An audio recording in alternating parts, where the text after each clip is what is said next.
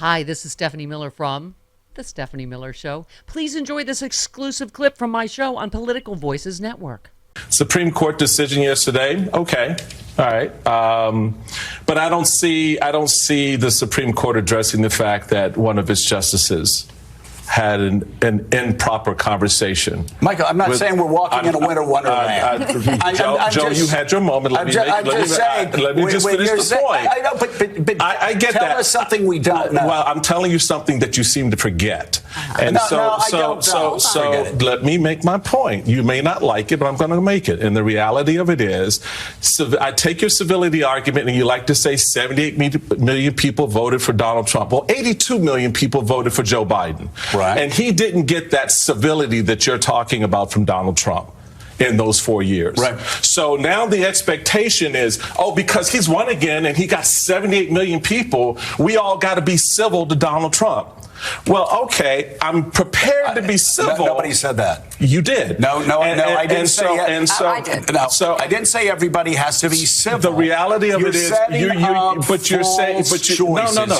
you're using the term civil. I've never used that term. I'm using your term. You put civility on the table. You said we all have to be civil. There is a pushback that you have to have. But Joe. I'm just talking about Barack Obama.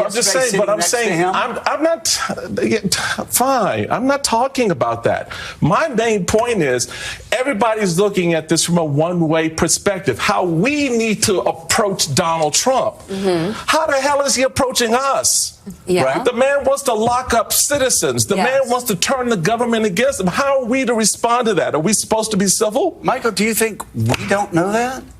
Doesn't seem like it.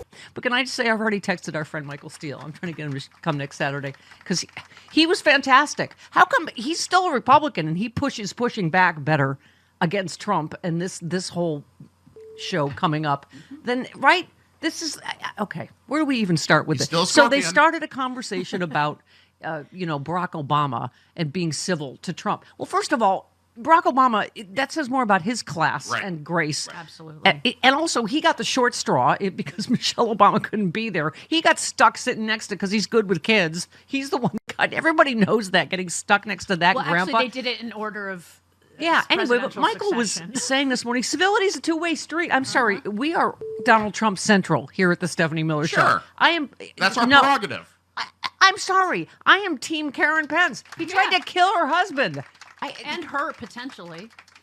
Yes, I am Team Kamala Harris, she was just like, not today, Satan. Not even looking at you. I am Team George Bush, which is perfect for Olivia Troy coming on today. I never thought I'd be Team George Bush on anything. What was that? It kind of was douchey frat boy, but he smacked Barack Obama in the stomach. I don't know what that is. It's like they have it's thing. towel snappy. The two of them have a thing. Right, but totally snubbed Trump. He's always the turd in every punch bowl. No one wants him there. No one wants him anywhere. Oh, my God. And talk about civility. First of all, he falls asleep during Carter's funeral. He's the only one that doesn't put his hand over his heart when the casket comes down. He won't shut up talking to Barack Obama even after the service started. So you're telling me, like, we're the ones that are supposed to be civil to Trump because blah, blah, blah, blah, blah.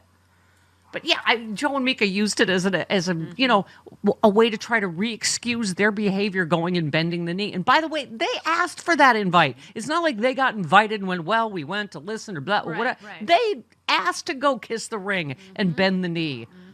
Oh, my God. But yeah, Michael Steele used the phrase bend the knee for Joe, and just that civility is a two-way street. And, it gets one of those Joe Scarborough lectures, right? Like, oh, I'm sure that'll make all your friends on Blue Sky, happy, but blah, blah, congratulations. It's like, no, Joe, you don't understand. You're supposed to be the liberal channel. You're the one that started the chain of cowardice.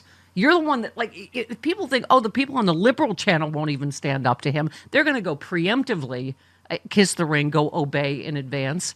Why do you think ABC caved, right? And then, you know what I mean? It becomes like a circular coward jerk. Why do you feel the need to create false choices? I'm not creating a false choice. I'm using your words. You have created. I'm using you. You put civility on the table. My words. You took me saying that it's not the end of the world, that Barack Obama smiled and talked to Donald Trump, and you're turning that into that we have no idea what's before us. I'm not. You will play very well today on Blue Sky and Threads and X. Congratulations. I'm not playing to anybody. I don't have an audience here. I'm just saying. I don't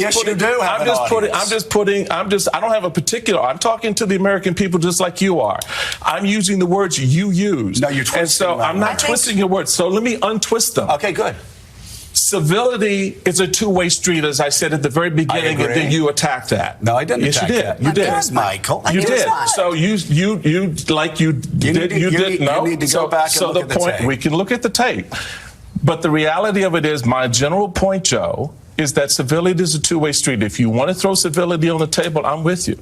I'm all down with that. And yeah, the politics and the sort of funny moments that occur, those are great. But next week, we start a new regime. We start a new direction. And everybody wants us to behave a certain way in this new era. And I'm more than willing to do that. Way? Yeah. Whatever it is, if it's civility, if if it's accommodation to Donald Trump, as we see corporate America doing, if it's bending the knee, whatever it is. But my point is, does anybody here think that we should accommodate Donald Trump when he violates political norms, democratic norms? Does anybody? Because I don't. But that's not what we're talking about. Does anybody believe that? Joe. There you go. Right, he's absolutely this conversation because. But Susan, it doesn't mean we don't need to have it. We need to have it. But do we have to have a fight about Barack Obama and civility? No. I take your point. I think what maybe Michael's trying to do, and there are no answers to this right now, is what does the nature of standing up for the rules and the norms and the people who are going to be affected by this, what does that look like? It is not taken shape yet. I take your point that, there's a long history of parties going into an internal reckoning after a defeat like this. But I will tell you, having lived in Russia in the first few years after Vladimir Putin took power, the debates among those who sought to oppose him, they benefited him. They benefited him because they took their own fights over their version of civility much more seriously than they took the serious structural changes that were taking place in Russia that led to the end of Russian democracy. Structural changes, Michael, are happening right now. This is, again, something that we understand deeply. And it's not just a threat on democracy. It's a threat on capitalism. It's dozens of billionaires going in and consolidating power. It looks like a plutocracy. We understand this. What? Yep. Sorry. It's not like I write this in advance, Chris. I Don't know. Look at me. I know. I'm just blurting. But don't ask us in California. We just insulted our governor with a stupid nickname and blamed us for for this tragedy going on. Screw you. Right. I'm not like, oh, really? I'm supposed to be acting civil about it because Trump is going to be president. Yeah. Sorry. No. Like Hurricane Andrew in Joe Scarborough's own state, sometimes natural disasters are too big for humans to get a handle on or for humans to stop. And if you want political incompetence, they can't even keep the power grid on in Texas. Right. And Ted Cruz goes to Cancun, where'd he go? Cancun. Cancun, yeah. And left his dog. Yeah. Oh, hi. I just finished, I'm going to say, an 11 billion mile bike ride. And thank God I happen to have this magic potion with me, ASEA, as seen on the Stephanie Miller Show. It helps my cells communicate better so that I can heal faster from overdoing because I'm lying about my age. I also use it on my face.